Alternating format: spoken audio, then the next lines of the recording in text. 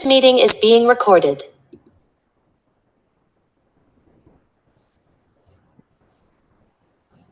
Hello and good evening, everyone. My name is Gib Vacconi. My pronouns are he and him, and I am the chair of the Prospect Heights Neighborhood Development Council. I would like to welcome you all to our May 2025 general meeting, 2024 general meeting. I hope to welcome you to the 2025 general meeting as well, but for now, we'll have to just stick with the 2024 general meeting.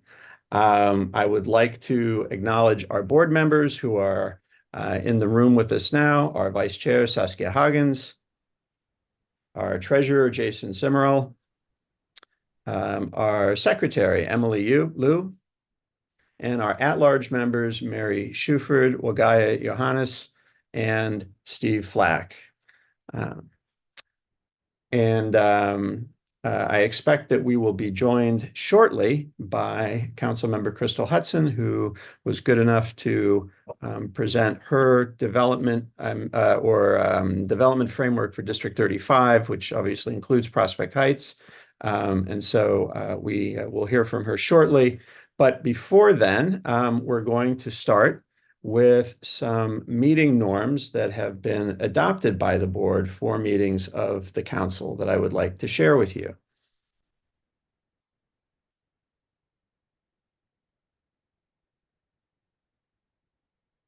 And hopefully you're able to see this on your screen.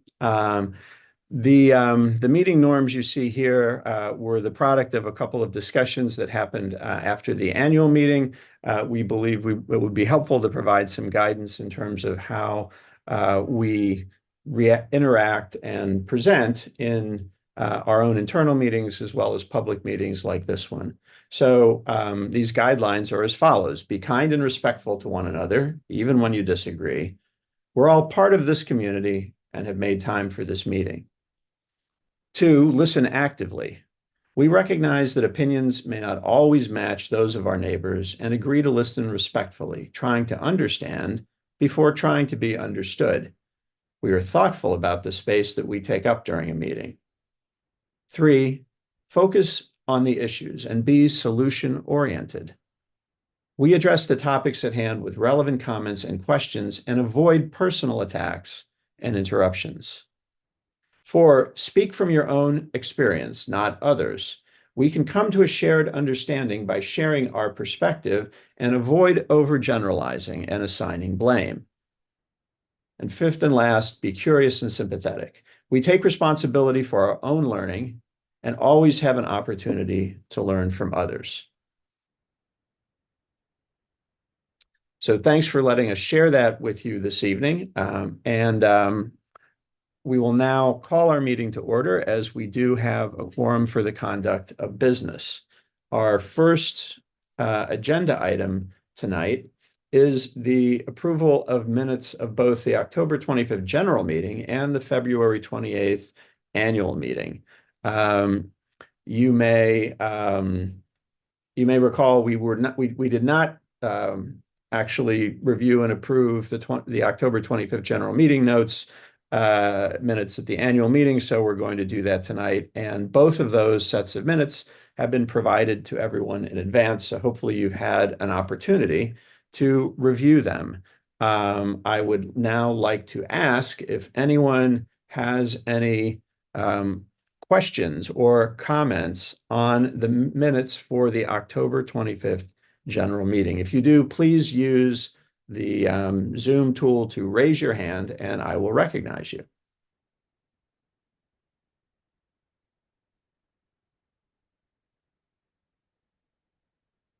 I see no comments, and so I would like to ask for a motion that the reading of the minutes for the October 25th general meeting be waived and the minutes be adopted as presented.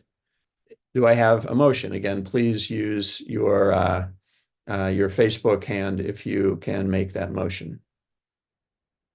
Not Facebook hand, I'm sorry. Raul has made a motion. I will take Megan as the second.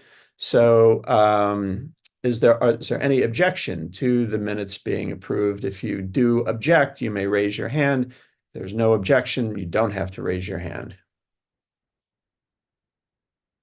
Seeing no objection, the minutes for the October 25th general meeting are adopted.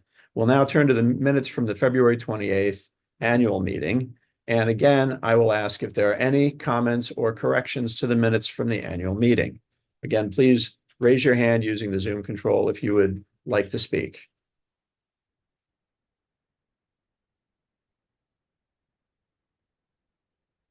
Seeing no raised hands, I'll again ask for a motion that the minutes for the February 28th annual meeting be waived, the reading of the minutes be waived, and the minutes be adopted as presented. If you would like to make the motion, please raise your hand.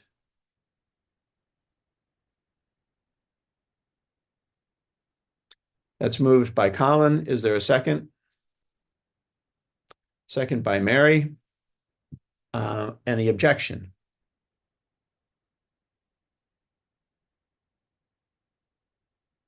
Colin and Mary, I'm lowering your hands. I don't see any other objections, and so I will record that the minutes of the February 28th meeting have been adopted as presented.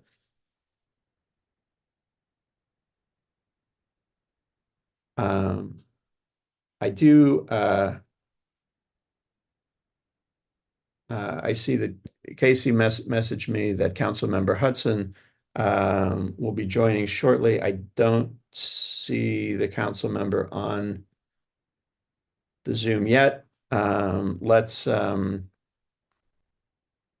on to the committee reports in that case. The first committee report is from an ad hoc committee established by the board to look into the status of the announced Mount Prospect Park skate park. This committee was impaneled by the board because we felt that there were questions that had remained unanswered after some of the public meetings that were held. We wanted to have an opportunity to ask representatives from city government some further questions, and we'd like to share some of those questions and some of the information we found with you now.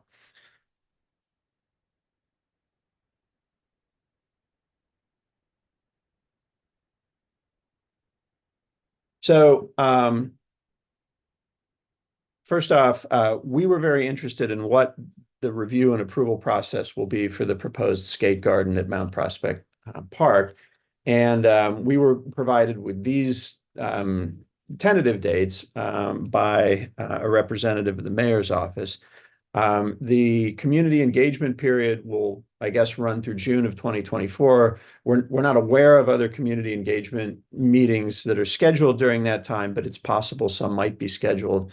There was a meeting that was held on May 1st by Zoom that had a lot of public participants. The initial design is expected to be developed between the months of June and September, with the release of the initial design coming in October of 2024.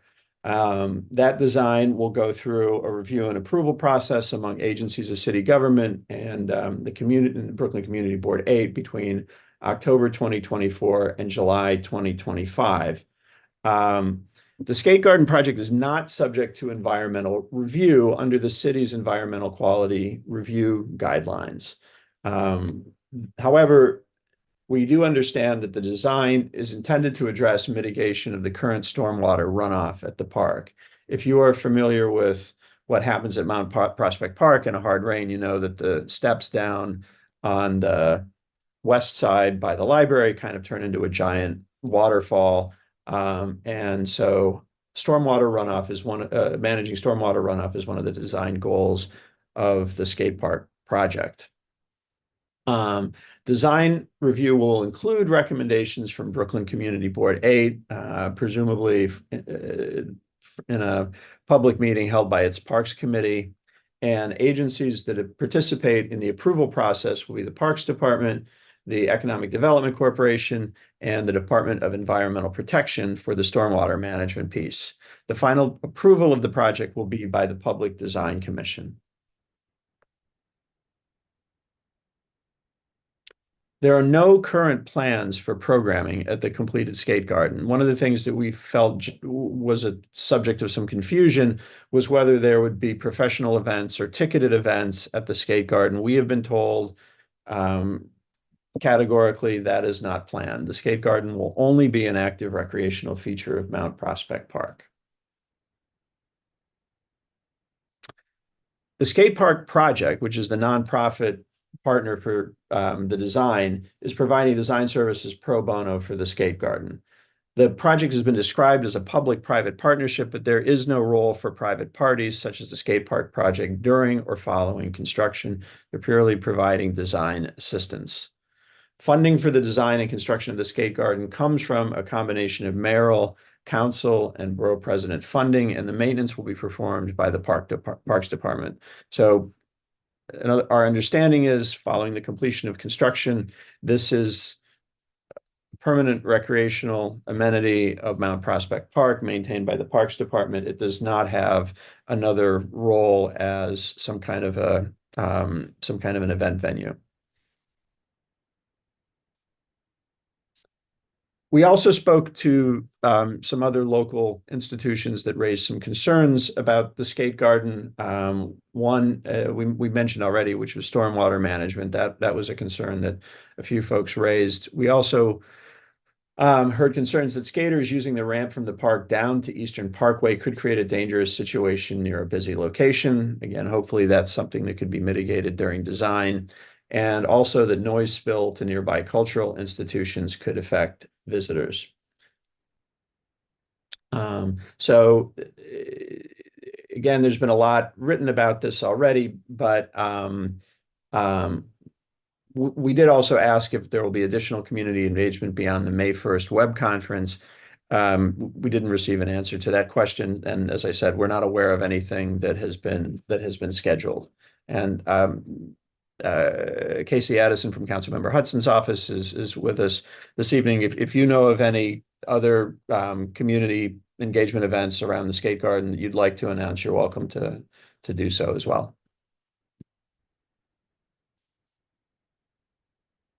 Okay, so the net of this is there's been a lot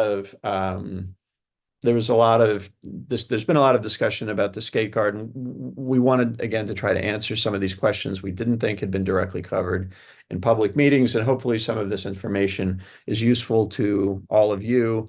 The Prospect Heights Neighborhood Development Council has not taken any position with respect to this project. We're really waiting for more information and a design to be distributed. But in the meantime, we wanted to provide some information as to the public process and the government approval process that is envisioned for the project.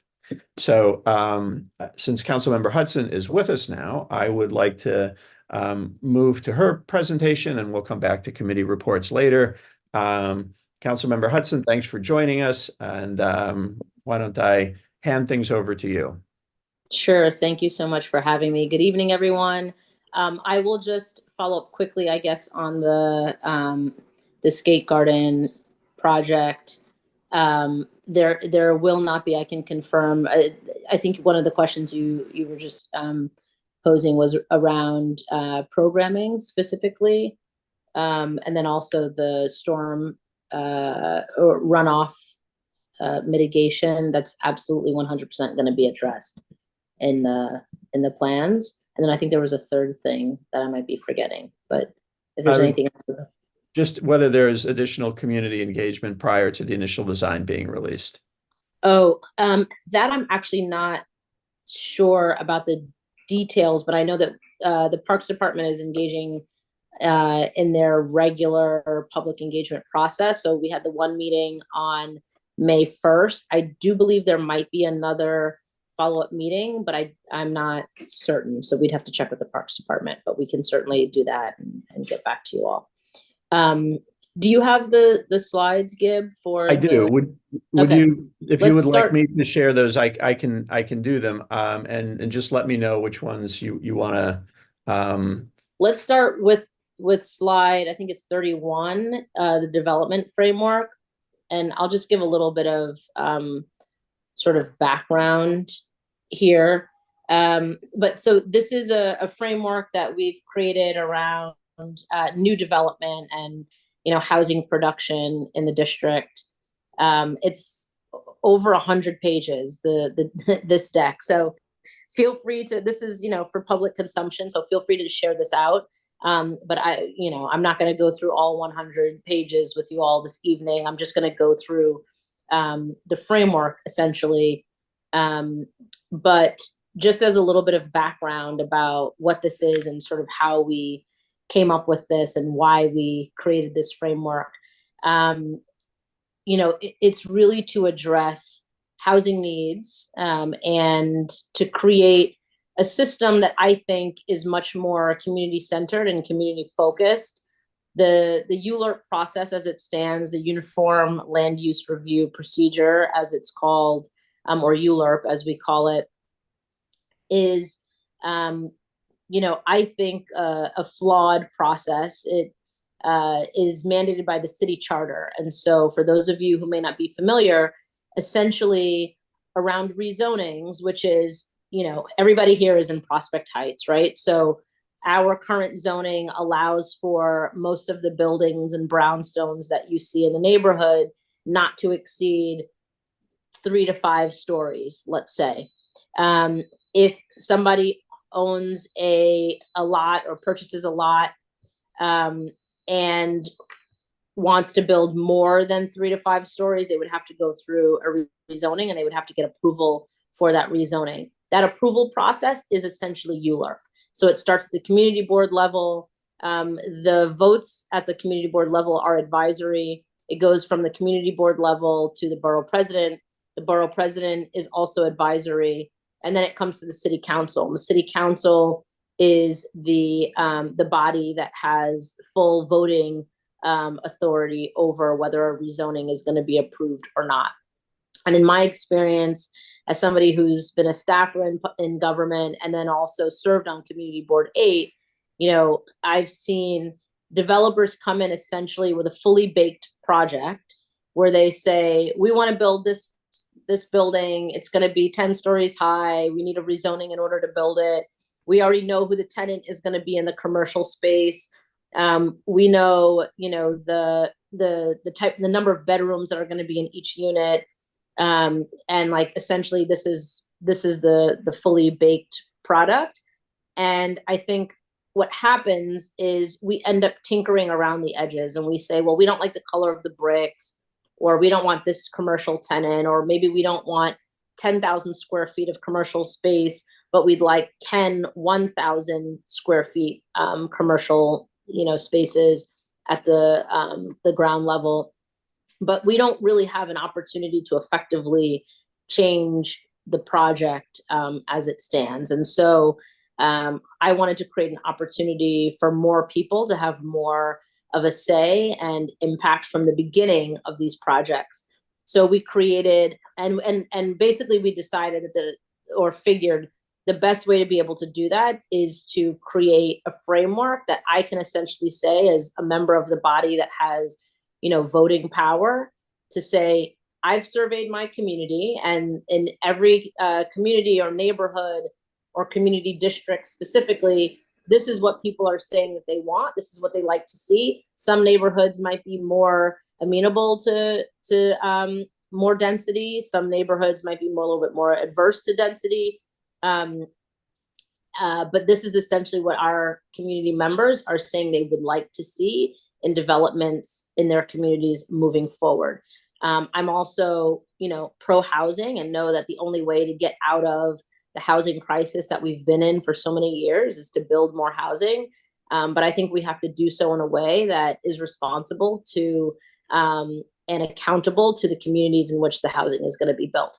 And so we embarked upon this framework, which is the first of its kind. I'm the only council member who's done this, and I'm trying to get other members. I have 3 colleagues now who are doing a similar project, but I would love for all 51 eventually to get there. But essentially what we're saying is we've undergone this survey. We've surveyed people across our district. We went to grocery stores, we went to subway stations, we held events. We went to community board meetings and other civic association meetings, block association meetings, things like that, and surveyed people across our district, and came up with these findings. And then the findings have informed this framework. And the framework essentially is saying, if you're going to build something in Community District 8, this is what people want to see. Or if you're going to build something in Prospect Heights, this is what people want to see. If you're going to build something in Crown Heights, it might vary a little bit. If you're going to build something in Fort Greene or Clinton Hill, this is what they want to see. That's what they want to see.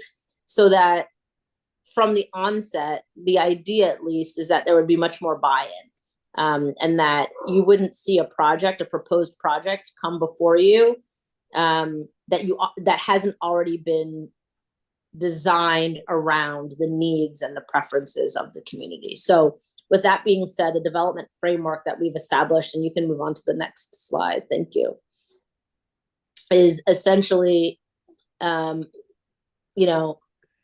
say there are some things that have been shown to be extremely important to folks across the district, regardless of what part of the district you're in. The area median income has been a point of priority for most people. And so, as we know, when most developments go up and they say they're affordable, we always say, well, who are they actually affordable for? A lot of projects, even at Atlantic Yards here in Prospect Heights, the affordable units are really at market rate prices because of the way the area median income is determined by the federal government. And so what we've said in this framework is we want to see the area median incomes actually reflect the area median income of local residents, which of course vary. And as I mentioned, the framework incorporates feedback from across the district. And we can move on to the next slide. So as one part, and this is sort of like the number one priority piece, is rethinking the AMI. So as I mentioned, using the AMI for local residents as opposed to the federally determined AMI. And you can see on this map here, the AMI is determined by HUD, includes all of these counties outside of the 5 boroughs: Putnam County, Westchester County, Rockland County, in addition to the 5 boroughs. And so that skews the area median income to be much higher than it is in the city. Next slide. Thank you. I think we can move on to the one. Yes. So this is just a graph to show you all levels of AMI in District 35 based on the neighborhoods. So the New York City region AMI currently, according to the federal AMI, is $127,100 for 100% AMI. You can see in Prospect Heights, we skew a little just above that. But in Clinton Hill, Fort Greene, and Crown Heights, we're well below the New York City region AMI, with Crown Heights having the lowest AMI at 50% AMI. And then this is comparing everything by race. And you can move on to the next one. And so this is affordability levels to prioritize. So this is essentially saying, we want to build for people who are making, we want to have units that people can actually afford to be in. So as an example, Crown Heights residents are earning at or below 80% AMI, with a third of them in the extremely low income band. So we want to prioritize any development that's building in Crown Heights. We want it to reflect the needs of those residents. We can move on to the next one. So essentially, from our survey, we found that the framework will really address, number one, the affordable housing levels or area median income. We want to make sure that we are creating safe, healthy, accessible, and sustainable places to live. And again, those were priorities based on the survey. Ensuring that we're creating good jobs for people who could also live and work in the same community was important. And then specific amenities like open space, the type of housing unit. So one thing we heard from a lot of people was about family size. We build a lot of studio and 1-bedroom units. We don't build as many 2, 3, 4-bedroom units. And, you know, we have a lot of large families who are looking for affordable housing, but often can't fit a family of 5 into a studio or a 1-bedroom apartment. And so looking at the actual number of bedrooms in a housing unit, and also some of the commercial spaces. And so what we've established is 2 tracks essentially, and this is, you know, pretty basic. We've heard from, you know, there was a Real Deal article that you know, I don't know, talked to maybe 2 private developers who said this would be an impossible feat, and that I'm making things difficult. And, you know, what I say to that is sort of like, well, let's see, you know, this in action. I think what the community is demanding is what all New Yorkers want, which is affordability, and then also buildings that actually meet the needs of a particular community. Nobody wants to see these huge glass towers going up and saying, well, what's in there for me, right? And feeling like there's nothing there for them. And so track 1 is essentially saying you are going to prioritize the affordable housing needs of the neighborhood, which then means that you have to meet only 1 additional criteria in each of the categories. And we'll get into the categories in, I think, the next slide or 2.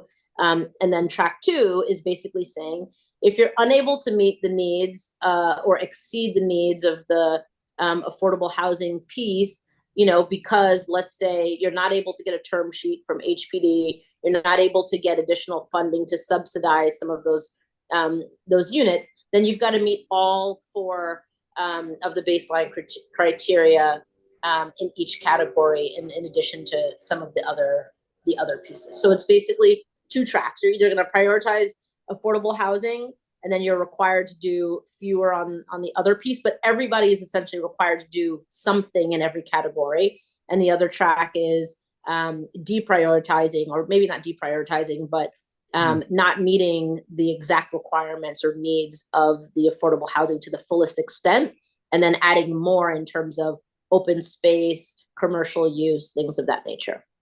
We can move on to the next one to get some of the details. So this I essentially went through already. We can go to the next one.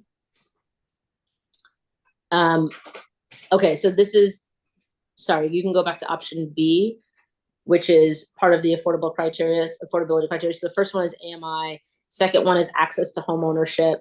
You can go to the next slide. Third one is a mixed income development. That would include, but is not limited to MIH projects. You can go to the next slide.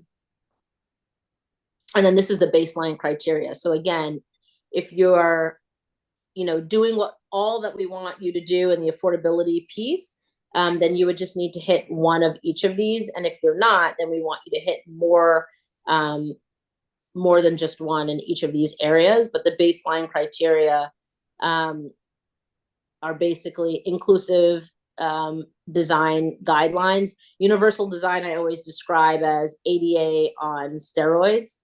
So if you think about, you know, ADA really making sure that ramps and elevators and things like that are accessible for people to access buildings, move within buildings.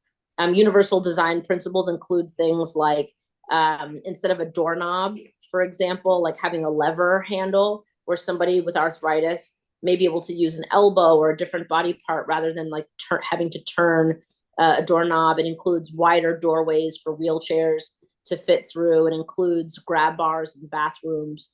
And then the second item is, of course, proactive pest management. I think everybody knows about our rat issue. The third is sustainability. And the fourth is the workforce pieces that I mentioned before. And you can move on to the next one. And then these are additional criteria. So again, for track 1, where you're hitting or exceeding those affordability requirements, you're required to hit 1 in each of these areas, whereas in track 2, you would be required to hit 1, 2, or 3 of these criteria, depending on the mix. And I think that's just about everything. Yeah, this is just going through ULERP. Yeah. So I'm happy to answer questions. I know this is like a little wonky, a bit technical, but I think the sort of biggest and basic takeaway is trying to make sure that more people have more of a say in the development that they see on their blocks and in their communities. So I'd like to thank Councilmember Hudson for joining us to make that presentation. I want to say, after having spent maybe the last 20 years sort of organizing in earnest around land use in this part of Brooklyn, I don't know of anything similar that's been done by an elected official in my experience here. And there's really a lot here to take in. So we do have time for some questions. I wanted to maybe I'll get that ball rolling if you don't mind. Sure. There's a lot going on right now in terms of land use activity in New York City. I mean, since the time that I think the development framework project started, some of the things that have happened include DCP releasing their draft framework for the Atlantic Avenue mixed use plan. We've had the City of Yes that has come out. A couple of the things I think maybe are the most meaningful for the future of affordable housing in New York are, one is the settlement that was reached around community preference, where the 50% community preference was, the administration agreed to cut it down to 20% to address fair housing claims by the plaintiffs, and then agreed to cut it to 15%, I believe, in 2028. The other one is something that's related to City of Yes that I don't know that I've actually seen formally announced, but I've been in a number of meetings where it's been discussed. And that is the idea that MIH, as a function of the City of Yes text amendment, MIH will be amended so MIH option 3 can be mapped on its own. And for those who aren't familiar with MIH, mandatory inclusionary housing is a program under which properties that are rezoned for increased residential density have to provide affordable housing. And MIH option 3 is the deep affordability option. So that's a big game for me. The first one, the loss of community preference, is not very appreciated. But the second, the idea that we could map MIH option 3 is, how do those changes play at all in terms of your thinking about about zoning and land use for this district?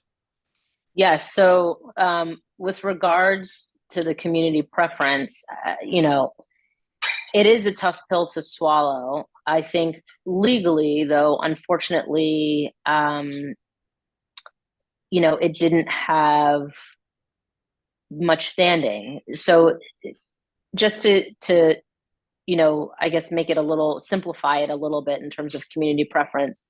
Essentially, for communities of color or low income communities, community preference is great because it means that any new developments guarantee that those folks or longtime residents can remain in those communities. So if you're putting up a building that might have slightly higher rents that people are used to paying, but you have 50% of that building is specifically earmarked for community residents, and so those rents might be a little bit lower so that people can remain in the area, then that's great.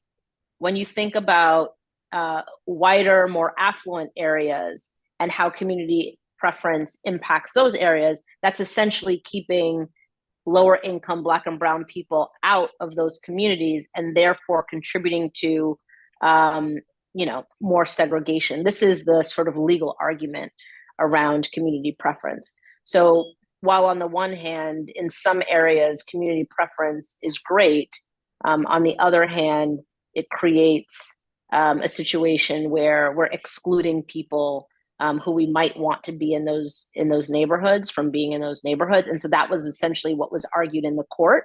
And so, I think that it was the previous class in the city council that passed the law around community preference.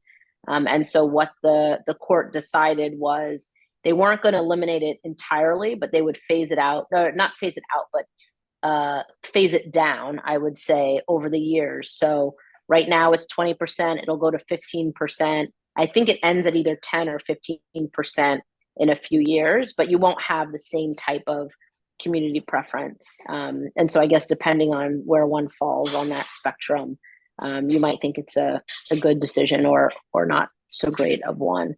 And then regarding the MIH stuff, any opportunity to really create more deeply affordable housing, more truly affordable housing, more housing that more people can afford to be in, I think is a great thing. And so that's essentially what that zoning text amendment would do.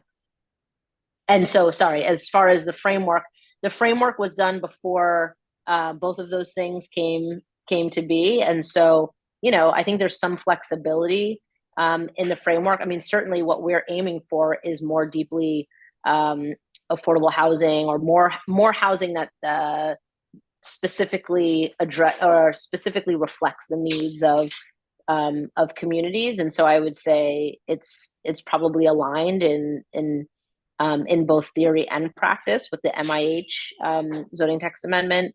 Regarding community preference, we haven't really addressed that in the framework. I think community preference and affordability sort of go hand in hand. If you're actually creating units that are affordable for the people in a particular community, then that is essentially, allowing more opportunity for people to stay where they are. One of the things we heard too from a lot of older adults, and I think most people know that I'm chair of the aging committee. And so through this survey, we found that a lot of older adults, they want to live in new buildings that are more accessible, that have elevators. But if you think about a lot of the older adult population, they don't live in those buildings. They live in older buildings where they've been in for 50, 60, 70 years that don't have elevators. They might live in a 4 or 5 story walk up. And as, they become less and less able to go up and down those flights of stairs multiple times a day, living in those new accessible buildings is much more desirable. But again, a lot of times those buildings are built not for people who are on a fixed income, who might only be getting a Social Security check or a modest fixed income. And so that's exactly what the framework is hoping to achieve. Okay, so I see one hand raised and one person has a question in the chat. We'll start with Courtney. Courtney, why don't you go ahead? Hi, Councilmember Hudson. Thank you again for this presentation. I think I'm gonna say something that I said in the Community Board 8 meeting last month, is that I really think that this framework and sort of these processes that we're discussing, I don't think they really foster this idea of belonging, right? And so I would say that while I love seeing this idea of more inclusive design in the built environment, I think we need to take it a step further and include folks in the design process. So I love the idea of a survey that you did, and really going out, meeting people where they are and asking them questions. But I think for every new development that comes on board, when we think about community space, amenity space, I think we need to check back in with the community and say, is this still what you want? Because again, as you just mentioned, with the projects that are coming on board, or even just the rates of housing, rent, or otherwise, people are being priced out of the community, right? So I guess my question would be, or I guess my one comment would be, I think there needs to be a co-creation process, a co-design process that doesn't, that takes it a step further than just showing people renderings and doing a survey. I think we need to really have people co-design the spaces that are supposed to be community spaces and amenity spaces. And there's plenty of frameworks and plenty of case studies that show that this is really what people want. And it also helps to foster longevity and sustainability into the projects because it builds in belonging. And then the survey, my actual question is, If the you survey, Courtney, if you could ask a question, that would be excellent. sure, getting to it. Thank you. So the question would be the survey that you conducted, how long are you going to sort of keep those results? How often are you going to do the survey? Because again, residents are changing. Totally. So I'll address the comment first and then the question. I mean, we are trying to do what you mentioned, which is, sort of having community involved in the design process. So just to go back to my earlier point, the ULERP process, which is the existing process that we have, is deeply flawed, and we know that. We have to go through a charter revision. It's a very extensive process. It would take years to make an amendment or to even change or completely redo the ULERP process. And so this survey was my attempt to engage community in exactly that, the design process and what these buildings actually look like. And so, I'm giving you the abbreviated version because it's 100 pages. The deck is 100 pages. And so I encourage you, I'm sure Gib will send out the link to the deck. I encourage you all to go through as much of that as you're able to go through. But it does include even more specifics around, design and things like that. And so what we're trying to do with this process, and again, like this is also, we live in a capitalist society, and with private property owners, and again, recognizing that a lot of the processes we have in existence today are flawed, but we are limited in what we're able to mandate of private property owners, right? And so the only opportunity we have to really sort of engage them in something a little bit different is when they're coming to us as the city council for a rezoning. That's an opportunity for me as a council member to say, okay, I want you to build a building that the community has had much more input and engagement in designing and creating and envisioning than is traditionally the case. And so by asking people and surveying people around public space, around the specific uses in the commercial space, around certain design elements, sustainability, density, things like that, I think it's an opportunity for more people to have more of a say in what those buildings actually look like and what the design looks like. And so what I'm trying to do is to prevent developers from coming to the community and saying, here's the building I've already designed and built. Tell me what you think. We're trying to move people from that model to a model that says, I haven't designed or built this thing, or haven't designed this thing yet. I'm coming to you, and having looked at the survey and the results that the community has contributed to, I'm saying, based on what you've said and what you've envisioned, here is an idea that I've come up with.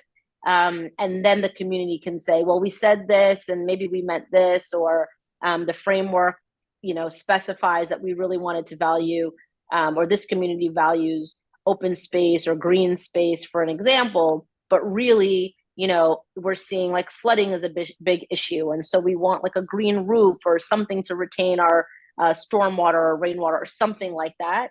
And so I think this framework actually creates an opportunity for people to be much more engaged in the design process. And it's not a perfect process, but it's certainly, I think, one way to be able to at least address the deeply flawed process that exists today.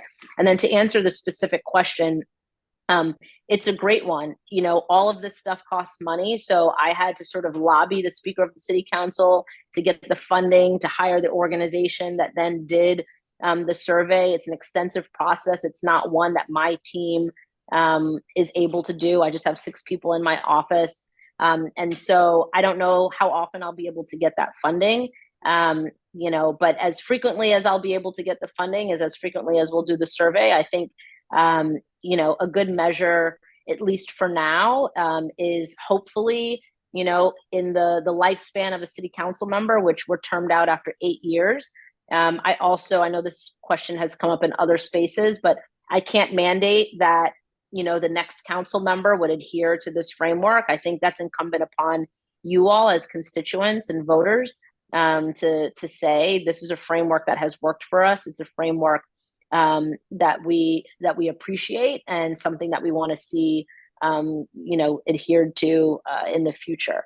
But that's something that, like I said, I'm working on. I'm the first council member to do a project like this, and like I mentioned, I'm trying to get other council members to do a similar survey, and hopefully we'll get to a point where the entire council as a body is prioritizing this and making this something that actually does occur on a regular basis.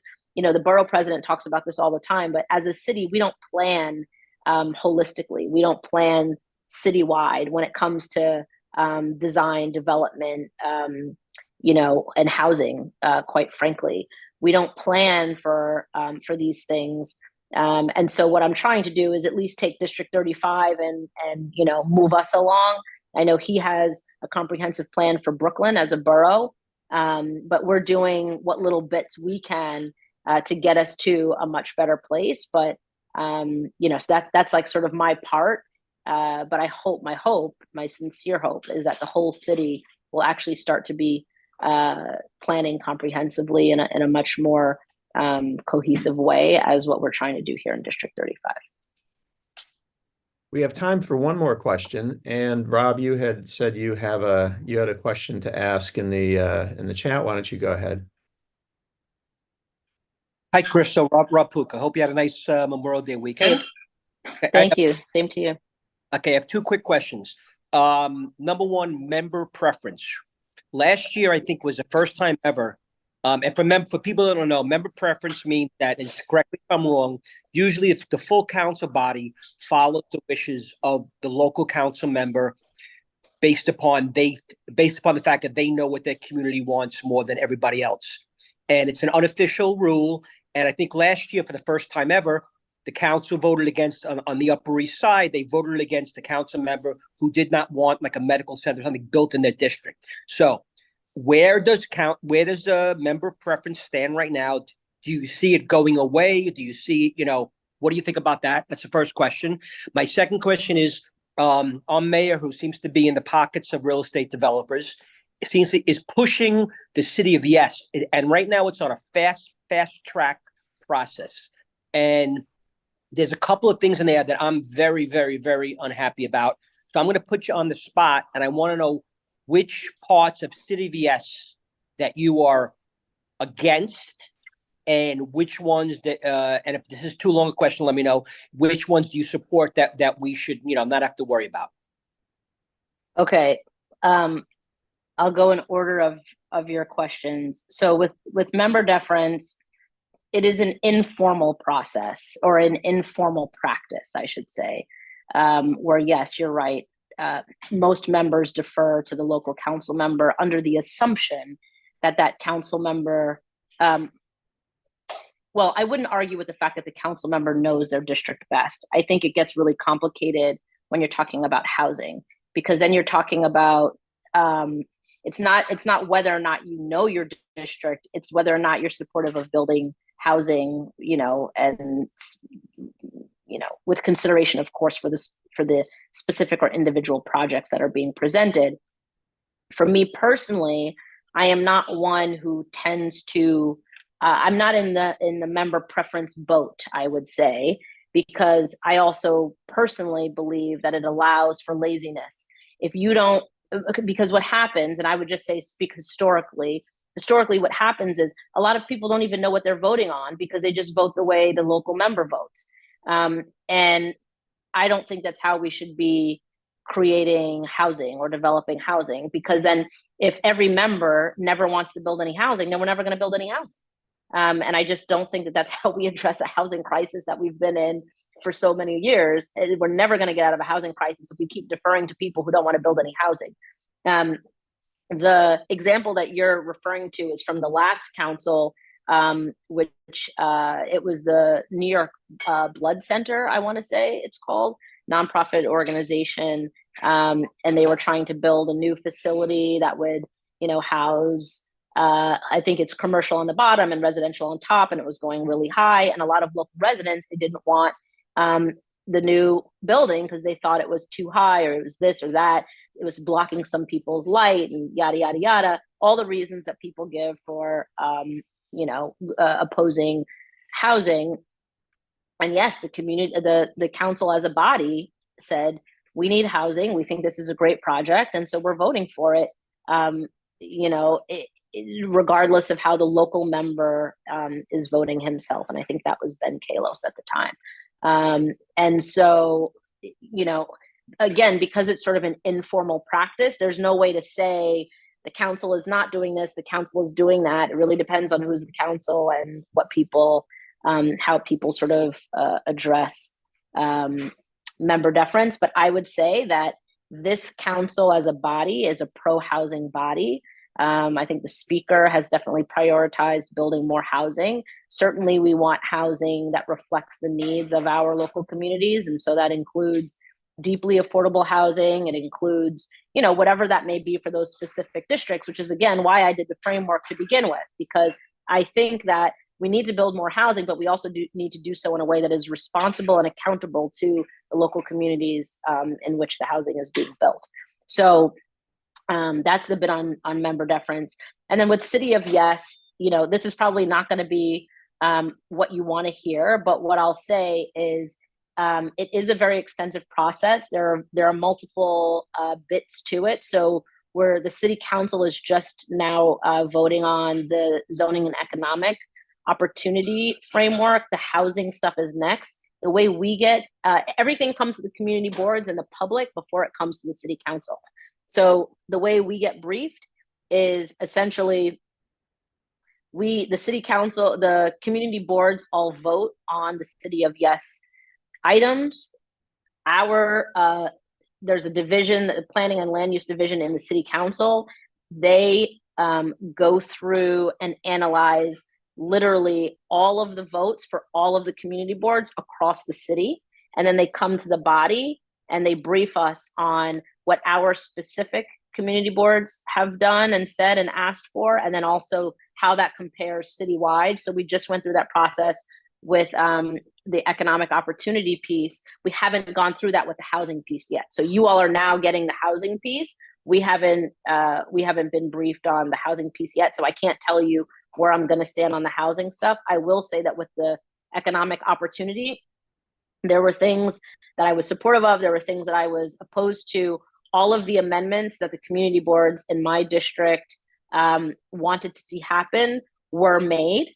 And so I am supportive of the economic opportunity. The council has amended what the mayor had given us. And so I think there are very few, if any, elements. I think there were 18 items in that economic opportunity package. Very few, if any, are actually the exact same as they were given to us from the mayor. They've all been amended to address a lot of the demands of our community boards. And a lot of the community boards had issues with the same things. I'd also be happy to share sort of where we landed on the economic opportunity stuff, and specifically in Community Board 8, where the amendments that Community Board 8 wanted to see and the amendments that were actually made. But we haven't gotten to the housing piece yet, so I can't speak to the housing piece, and I apologize.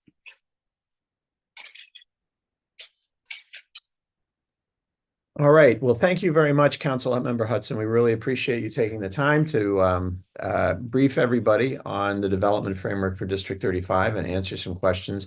For folks who are interested in City of Yes for housing opportunity, I've just posted in the chat the date and location for the Community Board 8 meeting at which recommendations for City of Yes for housing opportunity will be voted on. So if you have an interest in that or have concerns about it, you're encouraged to participate in that meeting, in that discussion. I would also just like to say that there will continue to be a lot of interest and activity around land use and development in this part of Brooklyn over the next year. And Councilmember Hudson, perhaps we could invite you back once the Department of City Planning has certified the Atlantic Avenue mixed use plan for ULURP as well. And we could have a bit more of a discussion of that, which definitely has some immediate ramifications for Prospect Heights. Absolutely. I would love to do that. And also, I'm here, I'm accessible. I'll make sure I drop my contact information in the chat. But if there are any questions around the framework, around City of Yes, around member deference, whatever it is, always happy to engage in those conversations, whether it's with myself or my team. And yeah, would be happy to come back and talk about the rezoning when the time comes. And thank you all for having me.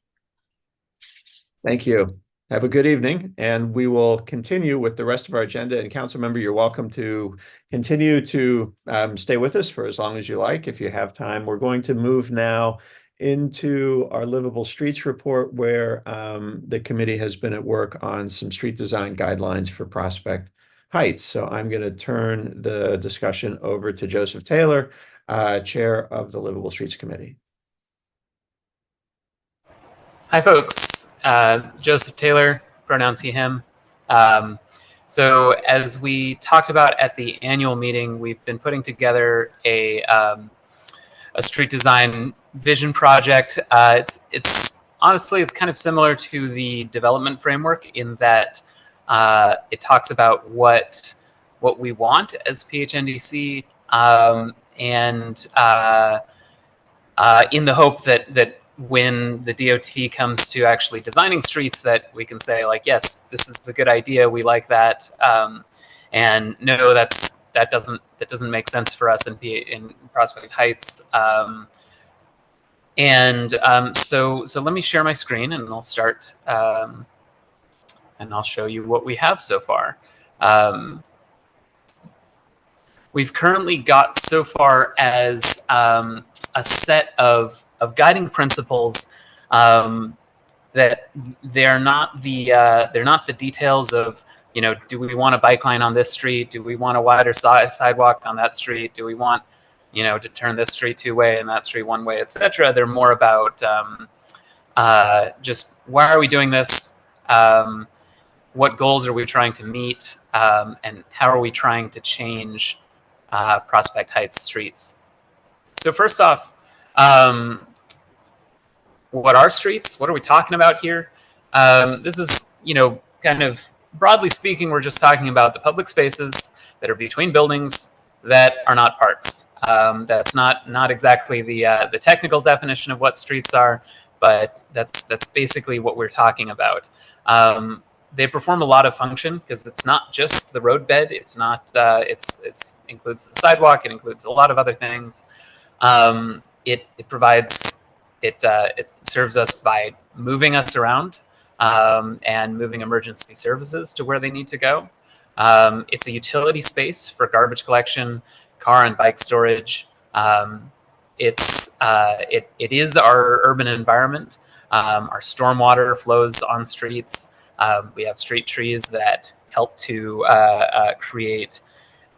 mitigate the urban heat island effect and give us shade.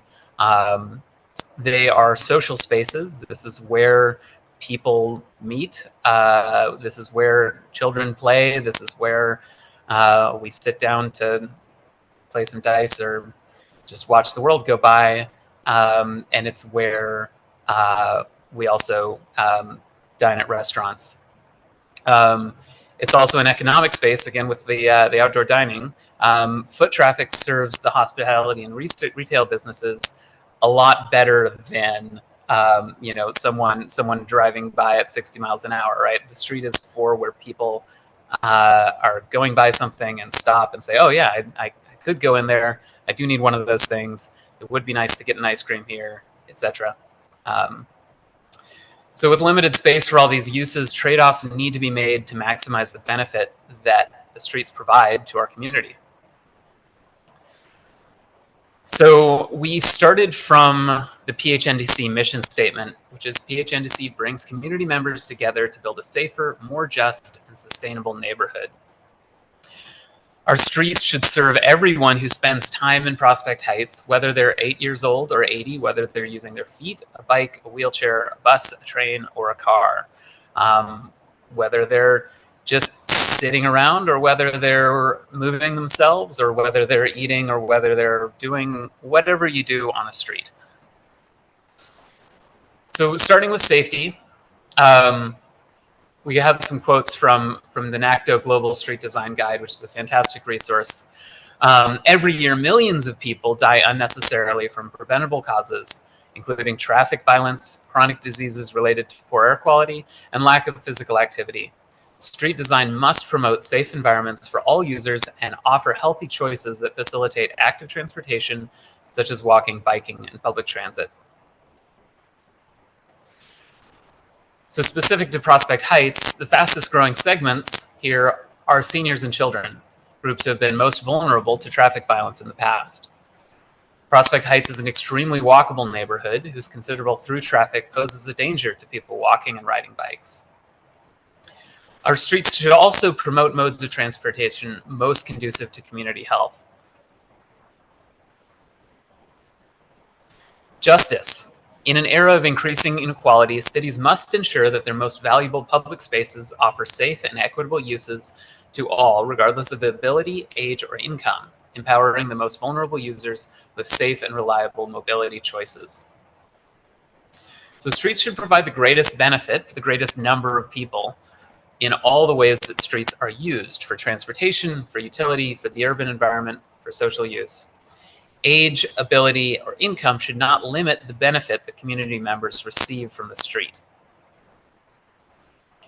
So this is really just like, we all need to use the street, and you shouldn't have to necessarily have a lot of money or be physically fit or any of these particular advantages to receive benefit from the street. Everybody should get these benefits.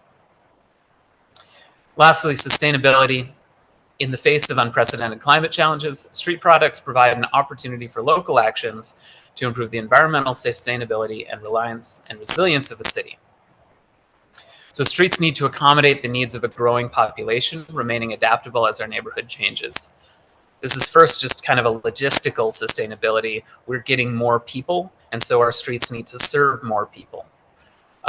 Second, streets should encourage modes of transport which cause less environmental harm. So that is, it should be easy to not spew a bunch of carbon and soot into the atmosphere and cause more global warming. We should make it easy to do those things. We should make it easy to pollute less. And then lastly, streets should help mitigate the new weather conditions which will come along with climate change. Our climate is changing. In New York, it seems like we're getting hotter summers and also more intense rainstorms. So our stormwater needs are going to increase. Our shade needs are going to increase. So we need streets to accommodate that and make sure that our infrastructure can handle those changes, and prevent flooding and things like that. So that's the end of those guiding principles. We will in the future be fleshing these out to start looking at details and specifics of what we want on our streets, and they'll always be coming back to these principles to say, well, is this what we said we wanted in the beginning? Does this further our goals of justice, safety, and sustainability? And if not, then get rid of it. Thank you. Okay, thank you, Joseph. I think, okay, so you can turn the screen. We have a couple more committee reports before questions. So if you do have questions about the presentations, please hang on to them, and we will give you a chance to ask them after we finished committee reports. I'm going to move now into the Housing Committee report, and there are two things that we follow there. One of them is the status of the Atlantic Yards project. And with respect to the Atlantic Yards project, very little has changed since our annual meeting with respect to the project itself. The You may recall that the developer, Greenland USA, defaulted on EB5 loans that now have caused the lender to foreclose on the development rights over the rail yard. That's effectively stalled the project. The project has continued to be stalled because the lender is not able to market those rights to anybody else right now. They've had now 3 attempts at holding an auction to market the development rights, and nobody has showed up to bid. So that presents a practical problem in that it's a clear sign some aspect of the project needs to be renegotiated, probably the affordable housing liquidated damages, which will start to come due in June of next year. But Empire State Development has said that they're not able to enter into any negotiation discussions with another developer while they're under agreement with Greenland. So under the current situation, somehow 4 parties, Greenland USA, the U.S. Immigration Fund, who's sort of representing the lenders, Empire State Development, and a new developer that hasn't entered the scene yet, would all have to agree on the future of the project. That simply hasn't happened yet.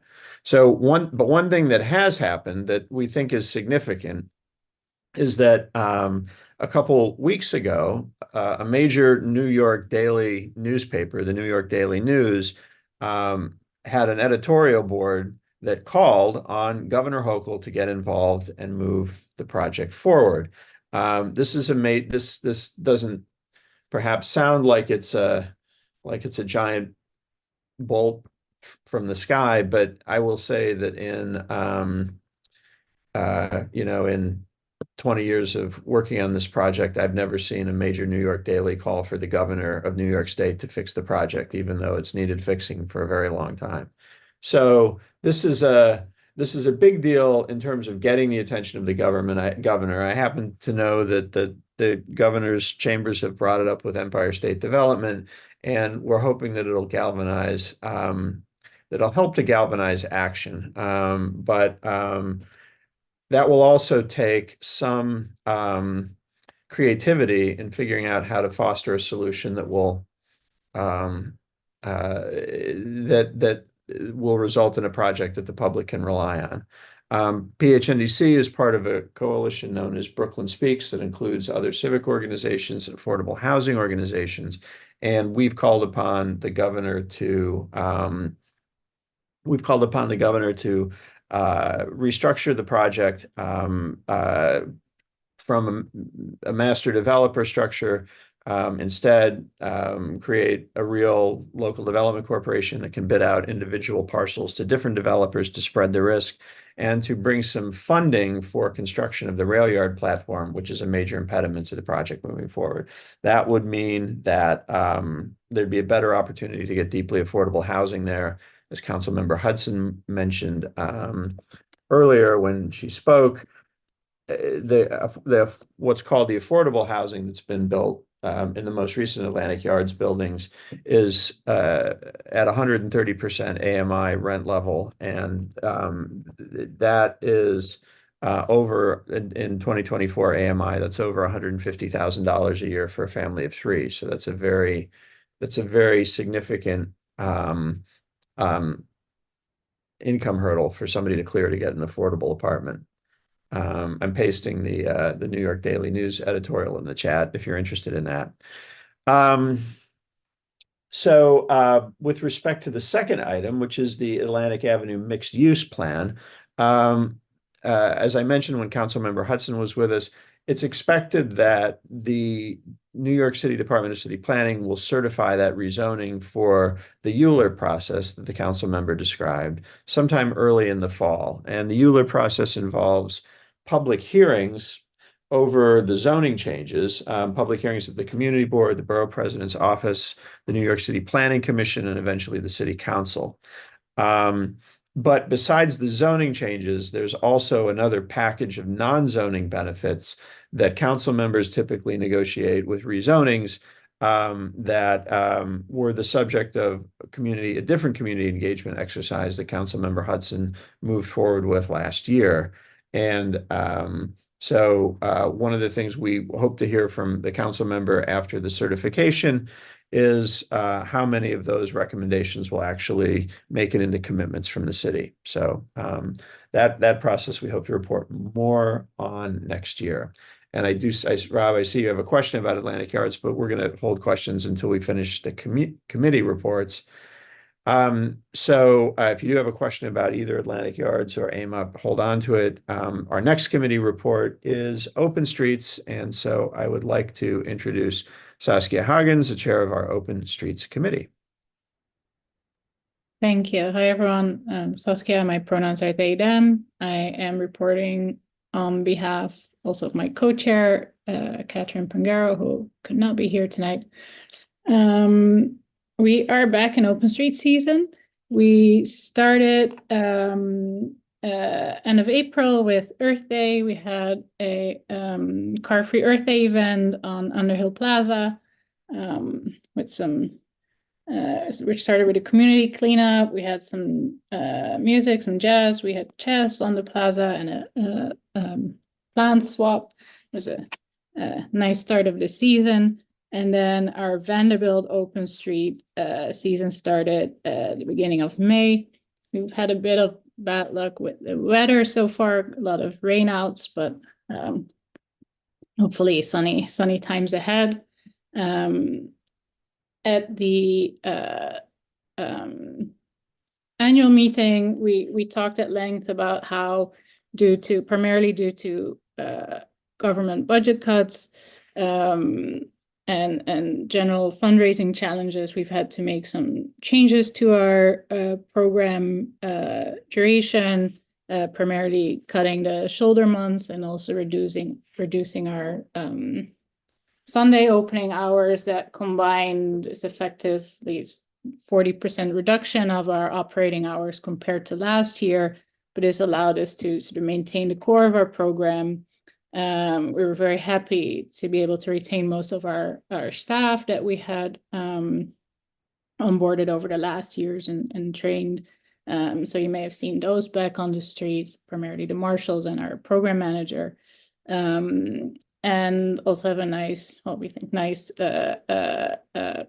event schedule with a lot of programming, recurring programming. Some of our favorites are back. The skate classes, salsa socials, and chess on the plaza, as well as a lot of music and kids events. The in 2 weekends from now, we'll do another big event for Brooklyn Pride in collaboration with Branded Saloon, which we've done for the last couple of years as well. So those are some of the things coming up.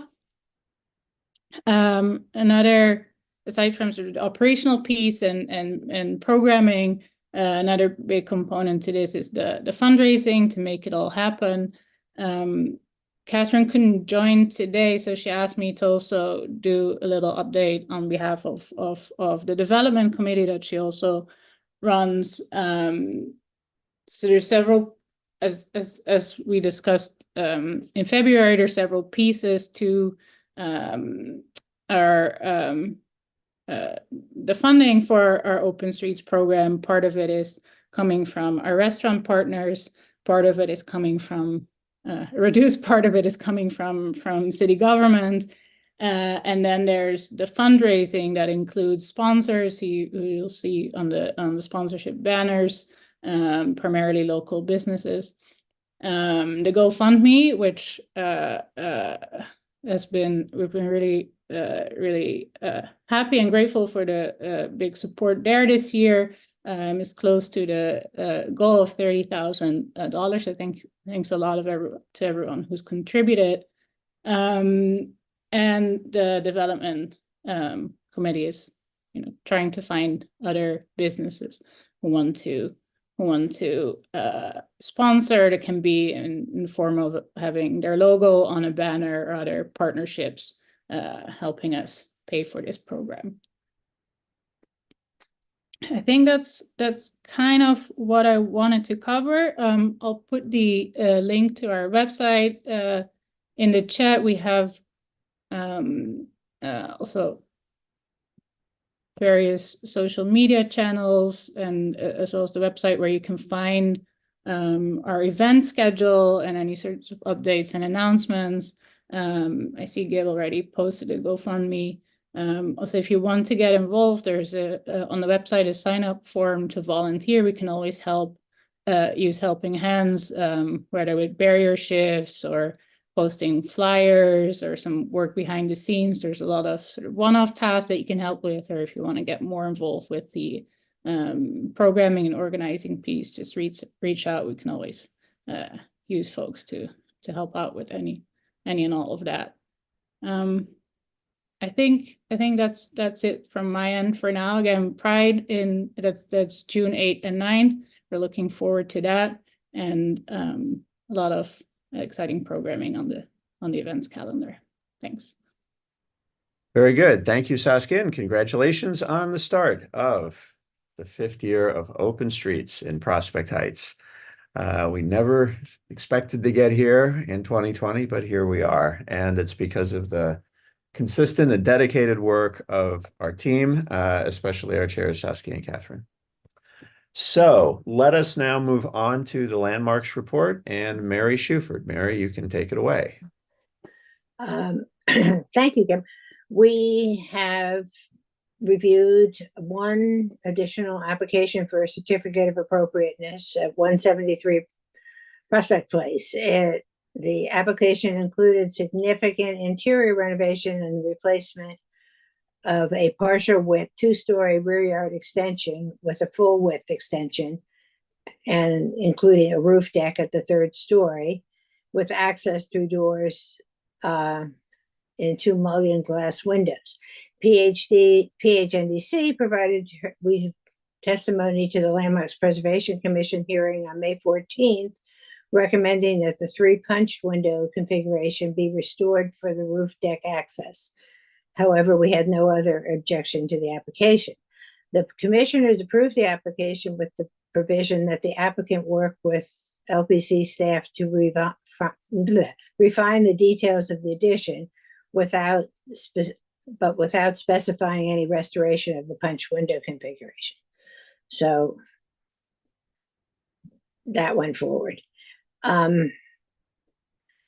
And then other major activity was on May 4th, PHNDC and Kerba, which is the block association on Eastern Parkway between Washington Avenue and Plaza Street, sponsored a Jane's Walk entitled Prospect Heights, Historic Institutions and Commercial Architecture. There were a few people from Prospect Heights, including at least 1 or 2 that are at this meeting. And just for those who aren't aware, Jane's Walks are conducted annually by the Municipal Art Society in remembrance of Jane Jacobs, who was an urban activist, writer, and an advocate for the power of individuals to shape the development of their cities and communities. And, you know, she is responsible for many of the ways that we, the Landmarks Preservation Committee Commission operates, and other, you know, in our city and in other communities. The walk was led by Suzanne Spellin, who is a noted architectural historian, preservationist, and writer. And it was a meaningful way to remind us that the history and culture of that PHNDC is working to preserve in Prospect Heights. The walk began on Dean Street with an interior tour of the splendidly renovated Co-Cathedral of St. Joseph, which was originally built in 1912 and has had a rich history in our community.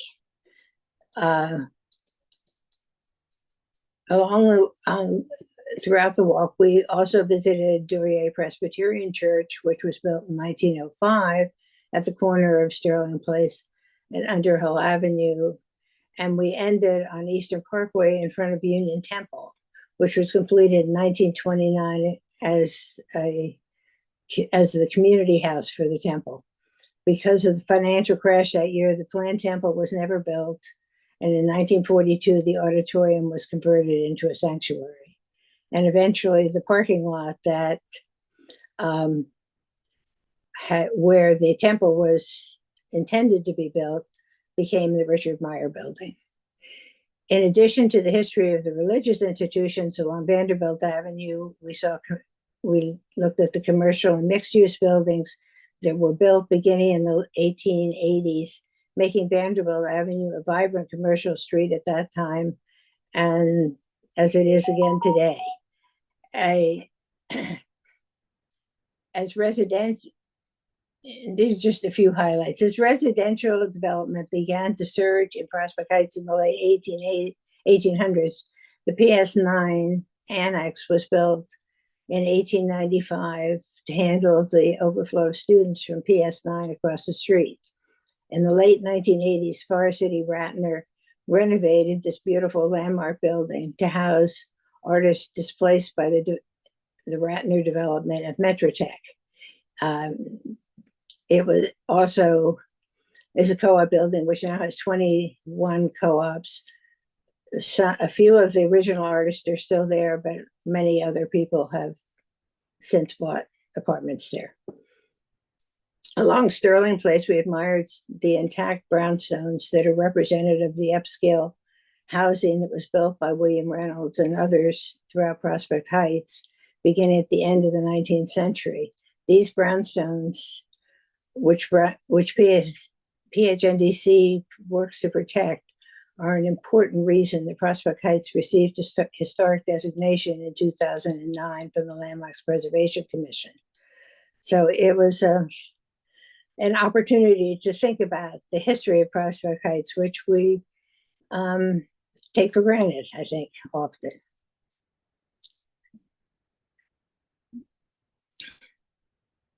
That's all I have to report. Okay, thank you, Mary. And our last but not least committee report is technology, and I am pleased to be able to introduce the chair of our technology committee, Mr. Aidan Feldman. Aidan, you can take it away. Hello, I will keep it very quick. We gave some updates at the annual meeting, so the things since then are that we're working on a new membership system. There's one right now that's been in place for a long time and has held steady, but is pretty manual and doesn't really allow for like modern payment methods that one would expect. And there's a lot of like behind the scenes things that have to happen in order to like put everyone's name in various systems and ensure that's all up to date. So we think we can make that a lot more self-service and a lot more automated, both for members and for people on the board that have to deal with it. So actively working on that. And thank you especially to my co-chair, Phil, who's here, who's been spearheading a lot of that work. We expect our next big project to be an overhaul of the PHNDC.org website, which similarly has served us well, but is in need of a refresh. So that's the next big project that will involve a lot of non-technical writing and, kind of talking to people in the organization about what it should convey and that kind of thing. So for that, especially, we would love help, and that requires no experience. So if you're interested, please do reach out. That's it. Thank you, Aidan. And that concludes our committee report. So that means we are at the section of our agenda that we reserve for public comments. I would like to open the floor to anyone who either has a question or a comment. David, I see that you've posted a comment in the chat. Would you like to start by making a statement or an observation here? Oh, sure. I don't want to take too much time because Gib, Saskia, you've heard, and others have heard me say this before, but I like open streets, but it's really a nightmare on Carlton Avenue and probably other places all weekend long during open streets, because the cars, they can't turn on Vanderbilt. They come down to Carlton and they try to turn on Carlton. And so there's just a ton of backup on Prospect, on Carlton. the cars are and the drivers are annoyed because they couldn't turn on Vanderbilt and because they're stuck in traffic. And there's just like way more idling cars, way more horn honking than on a normal weekend. And it's just really not pleasant. So again, I'm in favor of open streets, but and I've raised this before. I don't know if there's a solution, but it's a real bummer. And it would be really nice if somebody tried to take the problem seriously. And David, are you talking about drivers? I'm sorry, I know, we've talked about a couple of things with respect to Carlton Avenue, including the intersection of Flatbush and the intersection of Carlton and Flatbush and the opportunity for maybe making changes there. But in this case, are you talking about drivers that are either that are east or westbound drivers that can't turn onto Vanderbilt Avenue that then get to Carlton Avenue and try to make another turn around? I think that's the fundamental problem, is that you have the normal volume and maybe a slightly more volume coming down Carlton, which is a lot. But then you have more cars because there's all the cars that would be turning on Vanderbilt, I guess. I don't know, but we just have way more traffic on whenever open streets is happening. And the drivers are annoyed and they're honking their horns, and it's just like, a problem. Okay, well, I guess one thing I can offer there is DOT has announced a major street design project that's going to include Grand Army Plaza, Underhill Avenue, and Vanderbilt Avenue, and it sounds like this is a condition that project should address. And one of the challenges always is sort of trying to get the Department of Transportation mobilized to do something new here. But in this case, they're already planning to be spending time in this neighborhood on that project. So that sounds like an important issue for them to address. And it could be the right time to do it. I see, you're talking about posting like somebody down there to direct traffic. The people we hire as marshals probably would not be the candidates for that job. That's a sort of a specialized person who's a traffic enforcement agent. And we haven't looked into hiring those kinds of people in the past, but it's something we could also take under advisement. Thank you. So we'll keep you informed about how the DOT project is moving forward as well. We understood that there was some community engagement planned around that I guess maybe will take place in the months ahead, but the dates haven't been announced yet. I mean, Saskia, do we have any new information about that? Okay. Let me now move to Rob Puka, who also has a question. And if you do want to ask a question, if you could either raise your hand or just indicate you have a question in the chat, that would be great. Okay. Well, I have a can I make a comment about the open streets also? I'm also very much in favor of open streets, and I feel the pain that the people on Carlton Avenue feel. Okay. I live on Dean Street between 6th Avenue and Carlton, and I deal with what that gentleman was just talking about. I deal with it on a daily basis. We have a firehouse on the corner, we have a police station on the corner, and every time there's double parked cars, it's also a bus lane, it's also a bike lane. And every time there's an event at Barclays, I deal with the whole block deals with the same thing. So we're dealing with it. I'm dealing with it on a regular basis. So I feel for Carlton Avenue, but I wish someone would come to Dean Street between 6th Avenue and Carlton and fix Dean Street first. That's my first comment. My second comment is about Atlantic. Well, it's a question and a comment about Atlantic Yards. I know you mentioned a Daily News article, and I don't want to. I just want to say that editorial was full of misinformation and lies.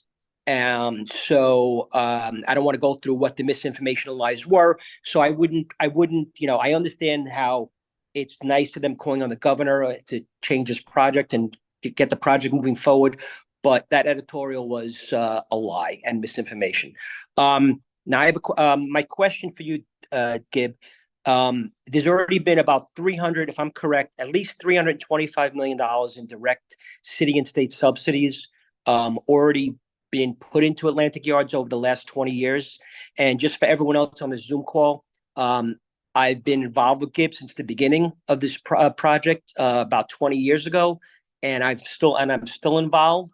And I've seen a lot of promises broken, most promises broken, not a lot kept. So I don't have much faith in ESDC and what they're saying and what they're promising for this neighborhood.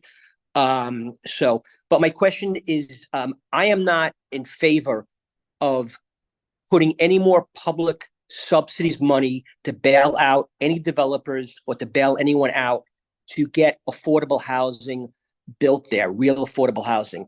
Like I said, am I wrong, Gibb, when I say there's 325 million at least in subsidies that were already entered into? And I don't want to misquote you, and I don't want to misquote your position, but someone said to me that you had a tweet out there that you were in favor of more public subsidies to go into this project. And I don't want to misquote you, and I don't want to, misparaphrase your statements, but is that correct? And if it is correct, why?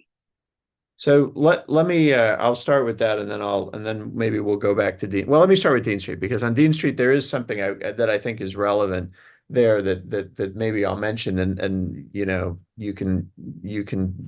Well, the street is about to be dug up again which is right. I mean, the water and sewer listen, I live on Park Place. I've had a water and sewer project here for 3 years. It's a nightmare.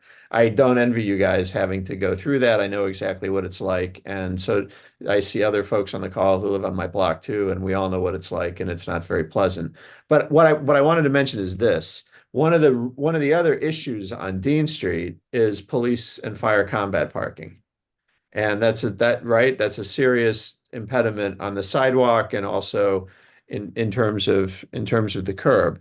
I have been told that one of the things that's being explored with respect to the AMA rezoning and the possible public commitments that I talked about before is the idea of actually putting bollards on the sidewalk in front of the Dean playground to prevent combat parking, if you can believe that.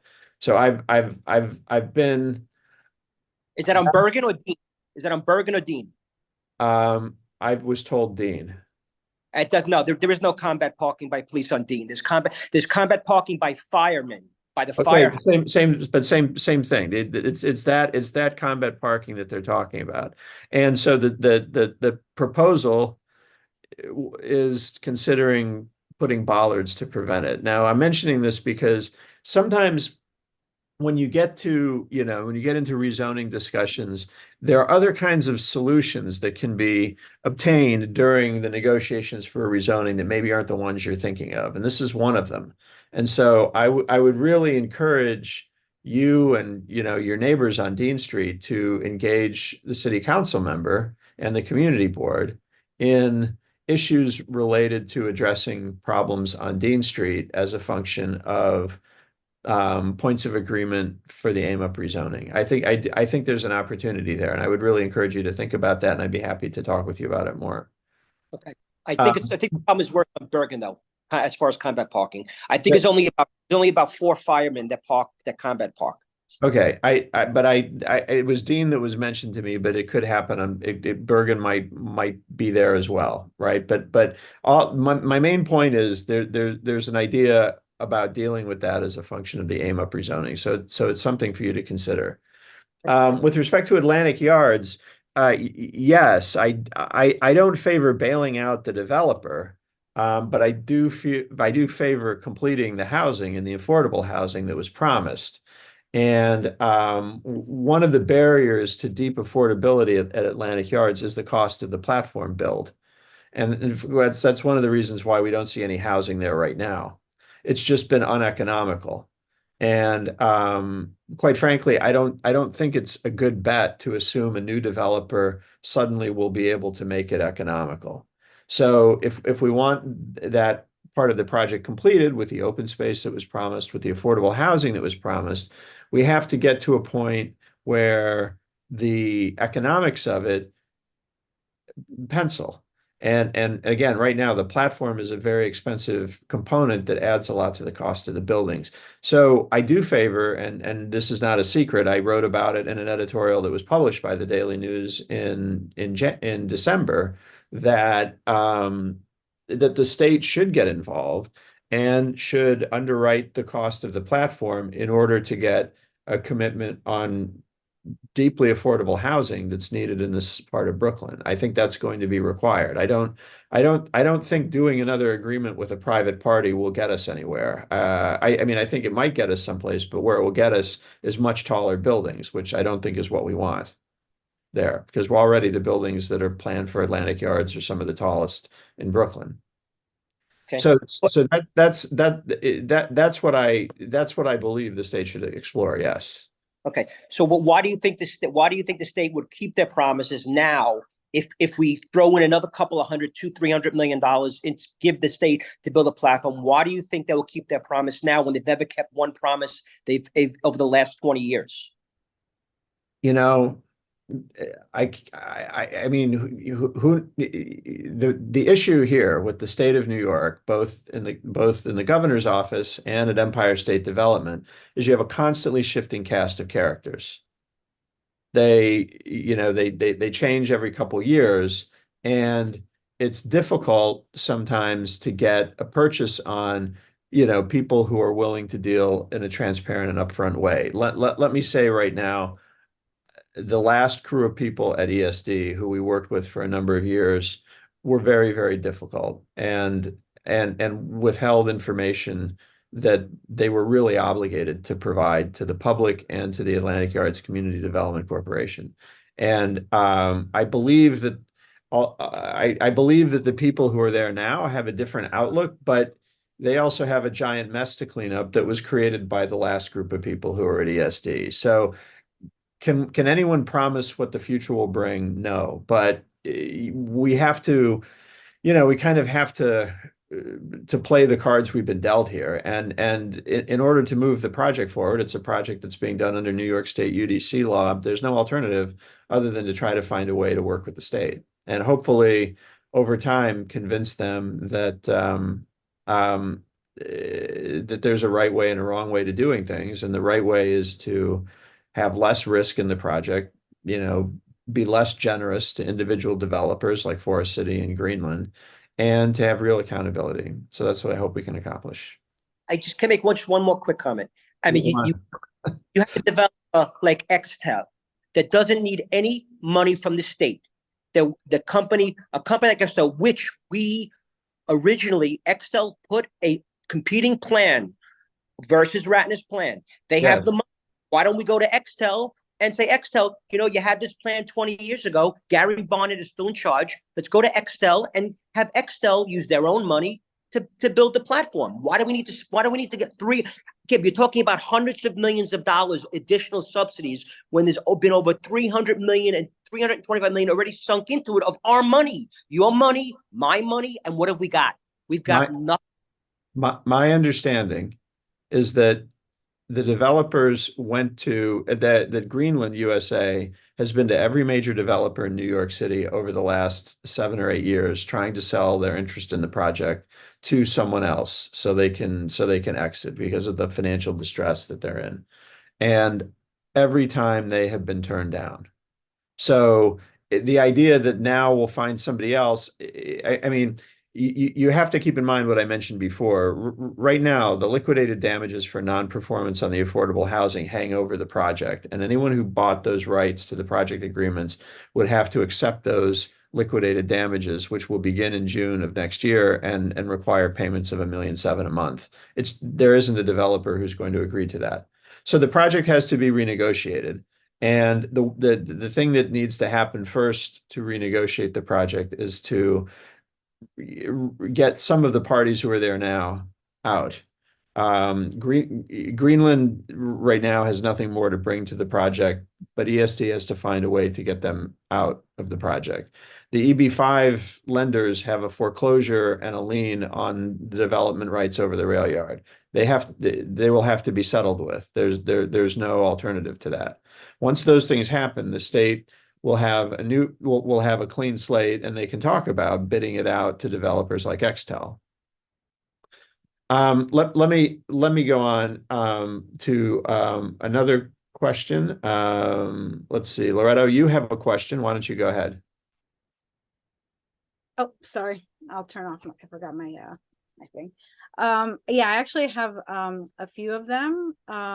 One of them, I guess, was for the committee that went and dealt with the skate park. If there was anything in regards to making sure that the Parks Department will have money for maintenance and repairs, since they will be tasked with that, if that's like on their, if they promised it, because they don't have money to, you know, fix lighting and parks and repair holes in other parks. So I don't want us to be stuck with that. So that's one of my questions. I'm not sure who is on that committee. The other question I had was, I guess for Joseph, your street design, like really lovely and notable, and like your visions and your goals are really inspiring. I'm wondering if you have a timeline for when you want to have things more solidified. And also if you have plans on including like the full community and outreach. And also, I guess maybe give this as a question for you. I know that there've been surveys, and if there's a way to get the full community, the results of those surveys that came out. So let me start with the first and the third question, and then I'll turn it over to Joseph for the second question. With respect to the skate park, that's a great question, right? The ability of the city to fund the upkeep of whatever improvements are made, as well as the rest of the park, is a totally valid question.